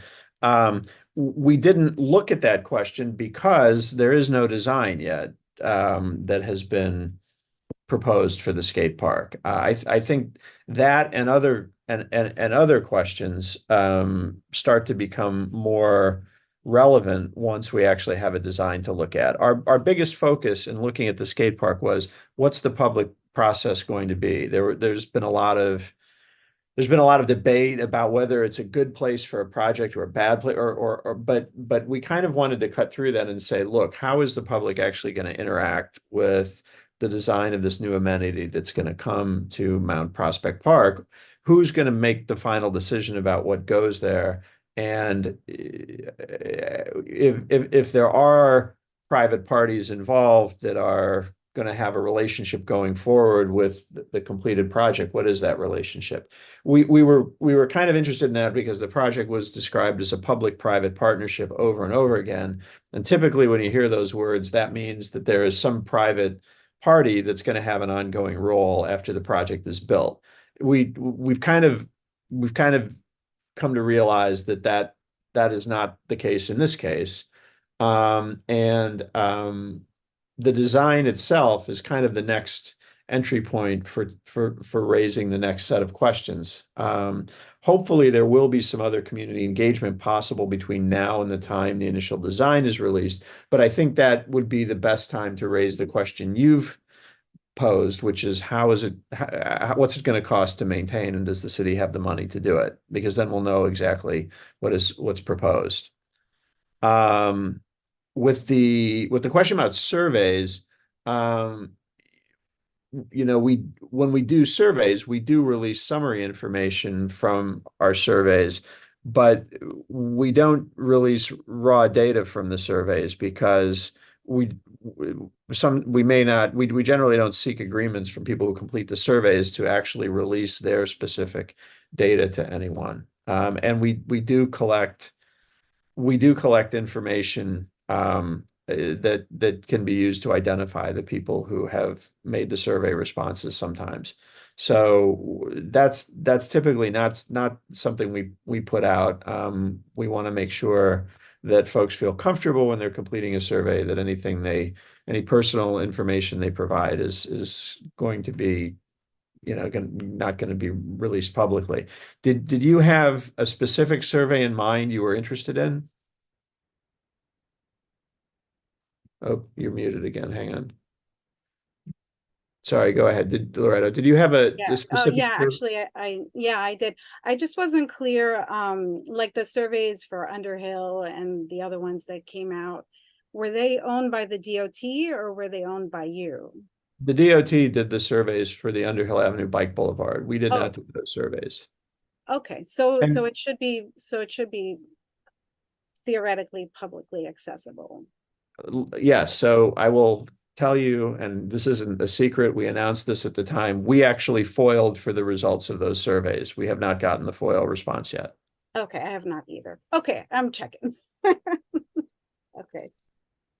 Okay, and now with respect to where we go with the street design initiative, Joseph, can I ask you to follow up on that question? Yeah, absolutely.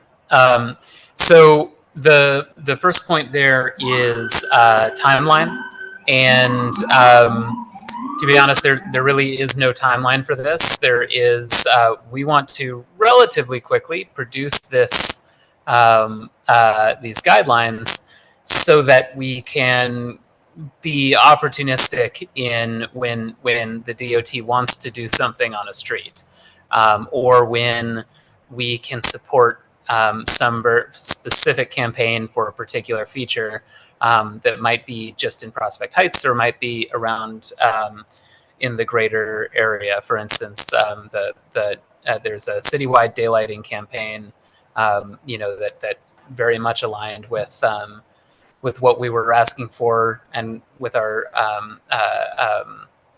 principles, and that we put our support behind. And that's what this is for really in the future.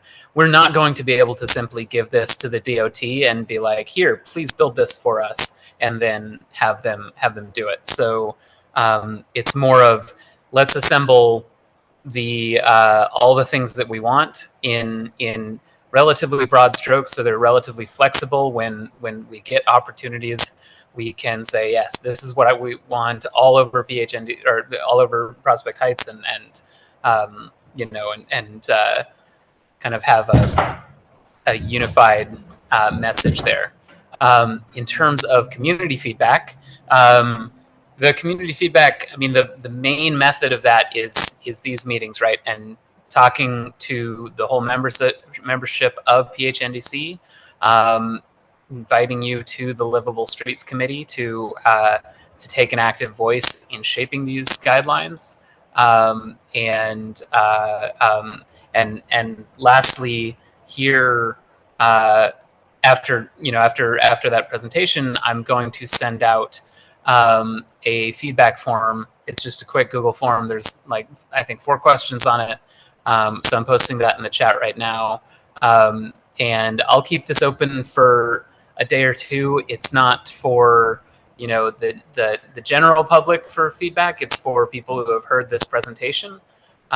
So go ahead and give me your feedback on that. Preferably in the next day or two. And if you if you have anything specific to comment about, put it in there. Come to a Livable Streets meeting and let's talk about it.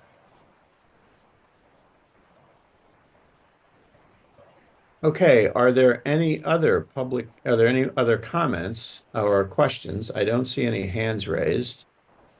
Loretta, you had another comment? Sure, go ahead. Yeah, so I guess I just wanted to clarify. Yes, I'm definitely gonna take you up on the joining the meetings, and I'll fill out the form. Thanks so much.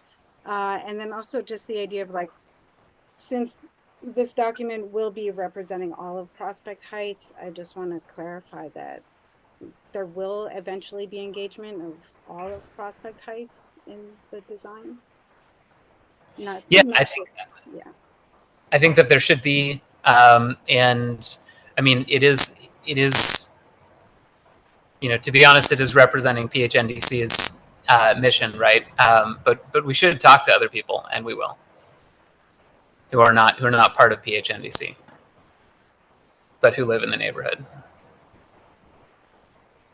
Okay, we have a couple other questions, hand raised by Denai. Hang on a second. Let me have you go ahead, and also Denai first, and then Carl. Go ahead.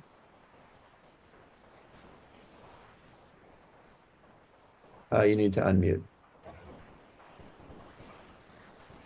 Sorry, I'm on the Livable Streets Committee as well. And I just want to clarify, I mean, I think Joseph is correct in saying, you know, we of course should work with everybody in the neighborhood. That's the goal, is to be representative of all Prospect Heights. But we have to be clear that this is a set of principles for our Livable Streets Committee to work with and to make decisions for. And in that case, although we're attempting to represent the needs of the whole community, this is a document for our organization and for our committee to work with. This is not a document, you know, for the whole of Prospect Heights to weigh in on. This is just like we have a landmarks committee that reviews landmarks applications and has, you know, a set of principles by which they, you know, approach this, and a history, and, you know, a set of sort of like standards by which they approach things. This is for our committee to work with and for our organization to work with. And just like the landmarks committee, like PHNDC doesn't make the decisions on landmarks applications, we just give input. And in the case of streets, it's the Department of Transportation that makes decisions with community input. And this is going to be a form of community input. So anything that does happen on streets in Prospect Heights is initiated by the DOT, and they have their own way of gathering community input, as we've seen. So I just don't want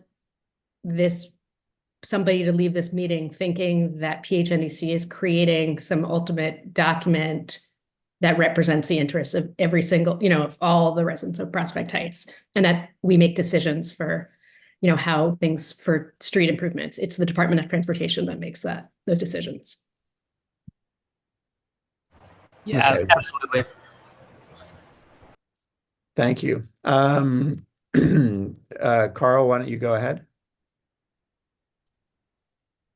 Hi, everybody. I don't believe I've met anybody but Gib here. My name is Carl. I live on Washington and Lincoln Place. Gib, forgive me if it's not the right time for new business, but we've had a number of shootings over the past 6 months on Lincoln Place, mostly on the Crown Heights side, but one very recently on the Prospect Heights side. And I spoke with Gib, and apparently in the past there was a public safety committee for the Development Council. And I would like to move to reinstate that committee, and I'm happy to either work on it or lead it as the case may be. As a procedural matter, I need to just grab the opinion of the secretary here. Emily, is Carl joined recently? Is he in good standing, or do I need to ask for a motion? Am I asking for a motion or a second? Okay, sorry, let me just double check.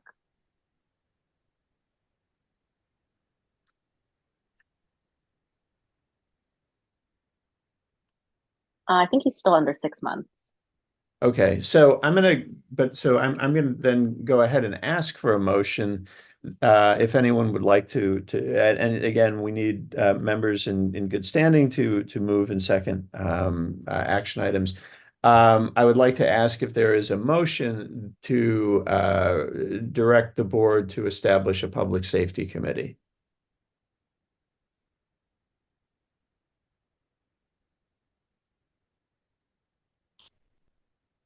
I'll take that as a motion from Steve. Is there a second? Sorry, I got a second from Mary, a second from Colin. Okay.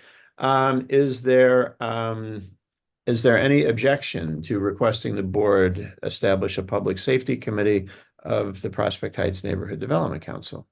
And I'm going to ask you to put down your hands if you had already made or seconded a motion. I don't see any objection. So it is resolved that the members ask the board to establish a public safety committee of the Prospect Heights Neighborhood Development Council, and the board will take that up at the June meeting. Carl, did you have anything else that you would like to add? I do not. I will post my email in the chat if anybody is interested in getting involved. Terrific. Thank you very much. I'm going to ask if there are any other comments at this time. Okay, I don't see any hands, don't see any chat. So we're going to go ahead to a couple of new business items. We'll try to make it quick because we've been here for a couple of hours. The first one is a new initiative that I will ask Wagaya to introduce. I can't remember, actually, Wagaya, are you introducing this or is Linda introducing this? Linda. Linda, okay, Linda, I will ask you to introduce it in that case. And give me 1 second to find are you able to unmute Linda? I hope. I think, am I unmuted? Yes, you are. We Yeah, can hear okay. you. Great. So thanks. Yeah, so the new initiative is for folks that would like to get to know your neighbors. So we discussed, we really believe that to have a strong community, it needs to be built on meaningful connections and mutual support.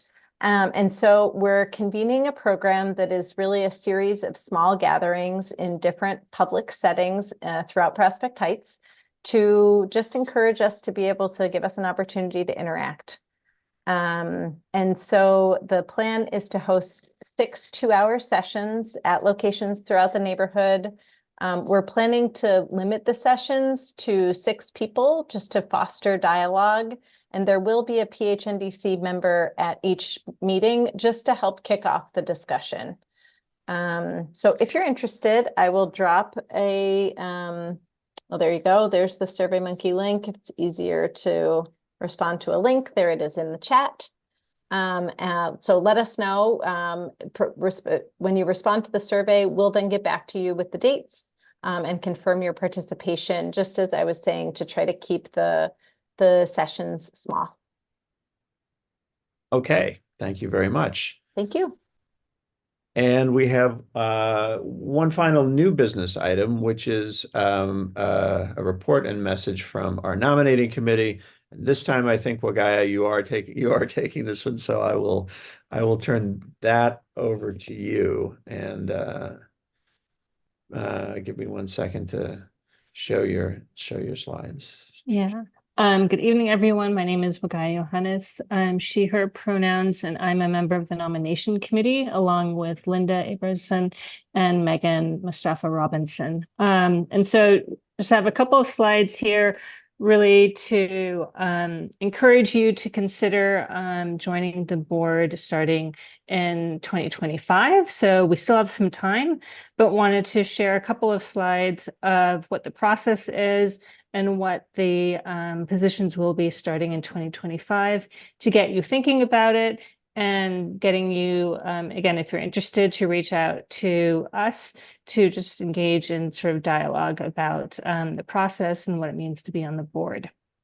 So why join the board? Obviously, as members, it's a great way to get even more involved and engaged in the community.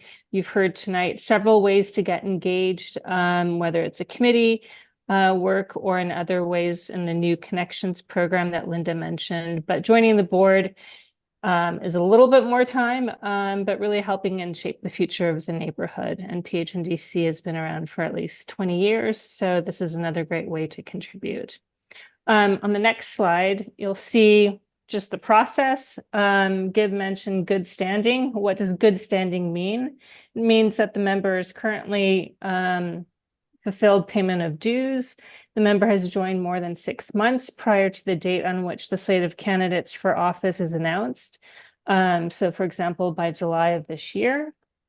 And the member has attended at least 1 general meeting, and there's 3 every year, October, February, and May. And just as a note, annual payments are $25, but individuals who cannot afford dues may request relief from the board. Next slide. These are the slots for the 2025 positions. So we have 1 at-large director, a secretary, and a chair. Time commitment is always a popular question. There are monthly board meetings, the 3 general meetings, and then some additional hours for preparation and special meetings. And as a reminder, the elections take place in February at the general meeting. And lastly, the nomination process. The call for nominations is out there. This is sort of the kickoff process with the nominating committee. We interview folks, we talk to folks, and really want to get a sense of why you're interested in joining the board, your motivation, engagement, and availability. Long story short, if you're interested in participating as a board member and submitting candidacy, reach out to nominations@phdc.org, and we're happy to chat with you. So with that, back over to you, Gib. Thank you. And yeah, I do want to point out there was a suggestion that we start the nominations cycle earlier this year, and we're doing that to try to provide some early visibility to folks who might be interested in participating in the board, but need a little bit of time to gain standing. And so, as Wagaya mentioned, the slate will come out in our slate typically comes out in the first week of January. That means people who are interested in a board candidacy who may not be members at this point may join by the first week of July and probably be within the window to be to gain standing if they attend the October general meeting. So even if you haven't been a member very long now, and if you don't have standing yet, you will by the time the slate comes out. And so if you do have interest, we encourage you to contact the nominating committee, as Wagaya mentioned. So with that, I guess I'll ask to see if there are any comments specifically about nominations and about the nominating process. And if there are, if you want to raise your hand or let me know in the chat, we can hear them.